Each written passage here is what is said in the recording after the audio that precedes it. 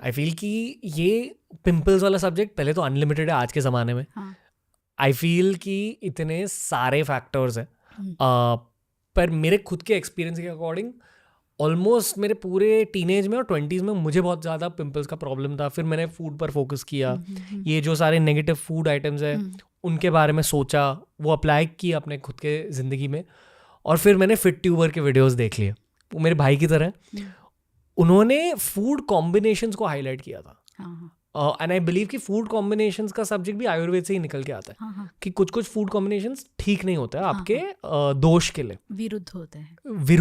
विरुद्धाहार is the concept. मतलब विरुद्ध मतलब जिनके प्रॉपर्टीज ऑपोजिट होते हैं, जो साथ में आके इंडिविजुअली वो चीज़ें अच्छी होती है, लेकिन ये कॉम्बिनेशन में आएंगी तो इसकी एक नेगेटिविटी और इनकी सिनर्जी से नेगेटिव हैपेंस होती है.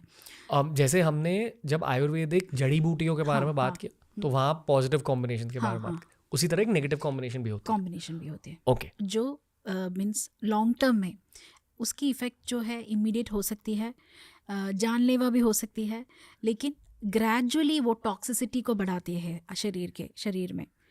वो बहुत सारे चीज़ों में लीड करते हैं. हमें ये भी नहीं पता चलेगा कि किस चीज़ से हुई है. मतलब वो डिसीज होके ट्रांसफॉर्म हो जाती है. विरुद्धाहार हम खाएंगे तो. मतलब आप कह रहे हो कि कुछ फूड कॉम्बिनेशंस बुरे होते हैं आपके बॉडी के लिए, पर कुछ लोग हर दिन करते हैं वो फूड कॉम्बिनेशंस. और लॉन्ग टर्म में उसके इफेक्ट्स कॉम्पाउंड हो जाते हैं. ओके. मैं कुछ फूड कॉम्बिनेशंस के बारे में पूछूं. इसमें रणवीर, ये फूड कॉम्बिनेशंस ना, ये डिफरेंट टाइप्स बताए गए हैं शास्त्र में. जबकि ये क्वांटिटी में डिफरेंस हो, मात्रा विरुद्ध होता है. मतलब अगर हनी जो शहद है वो घी के साथ हम मिक्स करेंगे, वो भी इक्वल क्वांटिटी, अगर इक्वल क्वांटिटी हनी ली, इक्वल क्वांटिटी घी ली, तो ये डेंजरस है. सम मात्रा is dangerous for honey and ghee. अगर इसकी कॉम्बिनेशन में आगे पीछे ऊपर नीचे हुई, अगर हनी ज़्यादा है और थोड़ी सी घी है, तो ये सेफ हो गई. उसे कहते हैं मात्रा विरुद्ध. So there is a quantity में भी विरुद्ध बोलते हैं. जैसे आपने हनी और घी के बारे में बात किया, और कौन से फूड कॉम्बिनेशंस हैं ऐसे जैसे कि आपने पहले कहा, दूध और जो नमक है वो भी हार्मफुल है. अगर हम दही को बिना शक्कर के या लवण सॉल्ट के लेते हैं, वो भी डेली बेसिस में हानिकारक हो सकती है. हाँ. सो एडजुवेंट्स के बारे में बोल रहे हैं. ये जो फ्रूट एंड सावर फ्रूट, यहाँ पे कॉमनली जो मार्केट में और जूस, एवरी जूस शॉप में जो हम ये गलती हो रही है, जब ये सावर फ्रूट्स को दूध से मिलाना, वो एक, अगर ऑरेंज में milk, that's not recommended at all. Certain fruits में अगर मिल्क मिलाएंगे तो वो हानिकारक हो सकती है लॉन्ग टर्म में. ओके. तो मैम यहाँ हमने कुछ फूड कॉम्बिनेशंस के बारे में रिसर्च किया है. ये commonly found in India food combination है, जो हमें बचपन से एक्चुअली हमारे दादा दादी नाना नानी कहते हैं कि यार ऐसे मत खाओ.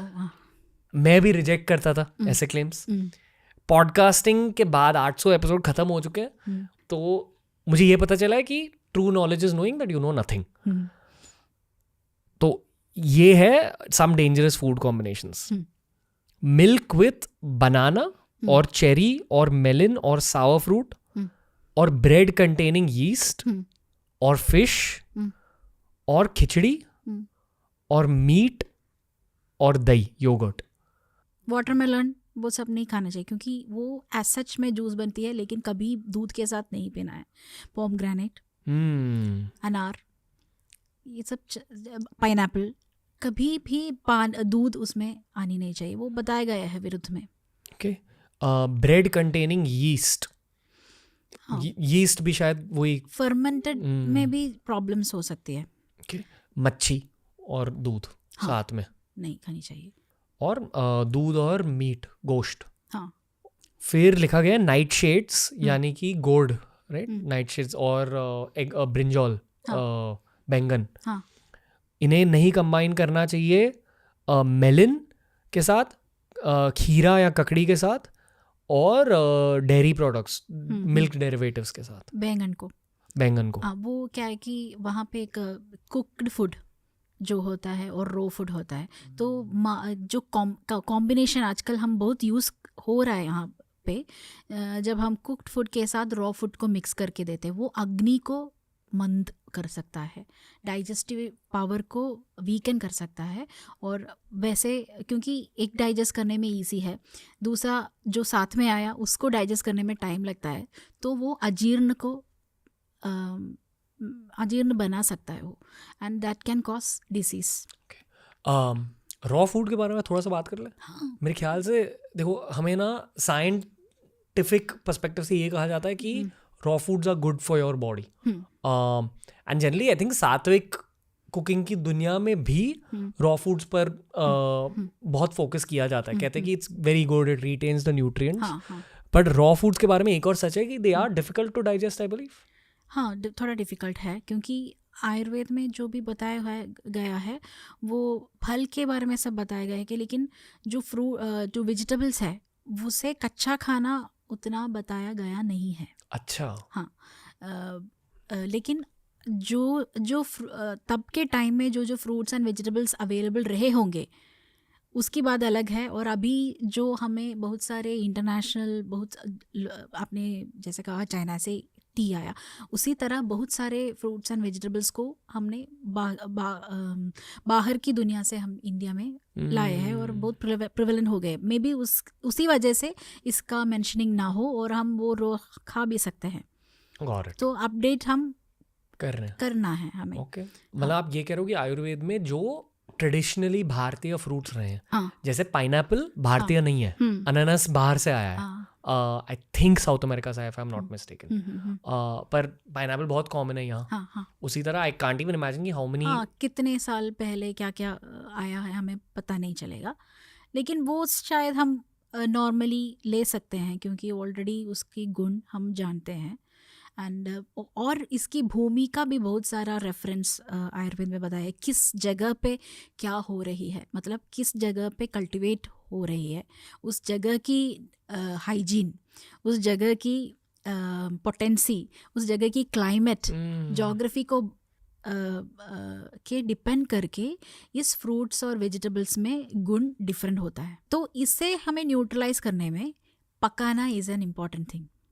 ओके, हाँ, तो वो पानी जो भी है, जो न्यूट्रिएंट्स एंड जो वाटर कंटेंट है, उसे सब अगर हम पका देंगे तो उनमें से बहुत सारे दोष गुण जा सकता है पकाने से। ओके, तो स्पेशली वेजिटेबल्स को थोड़ा पका के खाना चाहिए, हाँ, अकॉर्डिंग टू आयुर्वेद। हाँ, अधिक पाक भी नहीं होनी चाहिए, बिल्कुल कच्चा भी नहीं रेकमेंड करते। आयुर्वेद में यूजुअली मध्यम मॉडरेशन का बहुत ध्यान की गई है। सभी चीज़ों को हमें मॉडरेशन में लेनी है। इवन हम षड्रस जो बोलते हैं, स्वाद, अम्ल, लवण, तिक्त, कषाय, और ये जो सभी रसों की चीज़ें हमें खानी चाहिए। रस means taste, that makes a wholesome diet, जो हमारी सेहत के लिए, मन के लिए। थोड़ा बहुत शुगर इज़ रेकमेंडेड। ये बात है कि प्रमेह जो रोग है, इवन डायबिटीज़ में हमें शुगर के लिए रेस्ट्रिक्शन नहीं की गई है आयुर्वेद में। पता है, ये स्टेटमेंट सुनकर ना बहुत सारे लोग शुगर को ठूसने लगेंगे। That's the danger with, I am sure कि जो आप कह रहे हो, आप फिर से मॉडरेशन लिमिट में कह रहे हो कि शायद 1 टीस्पून चलेगा, but people don't absorb it like that. Right, क्योंकि आयुर्वेद का बेसिक तत्व ये है कि हमें बॉडी को इक्विप करना है। We are not supplementing anything to the body. हमें अपने आप बॉडी को वो चीज़ बनाने की क्षमता बढ़ानी है। That is the main thing. तो हमें सभी चीज़ों को मॉडरेशन में लेनी चाहिए, जो मन के लिए इवन अच्छा हो, सेहत के लिए अच्छा हो। ऐसे ओके,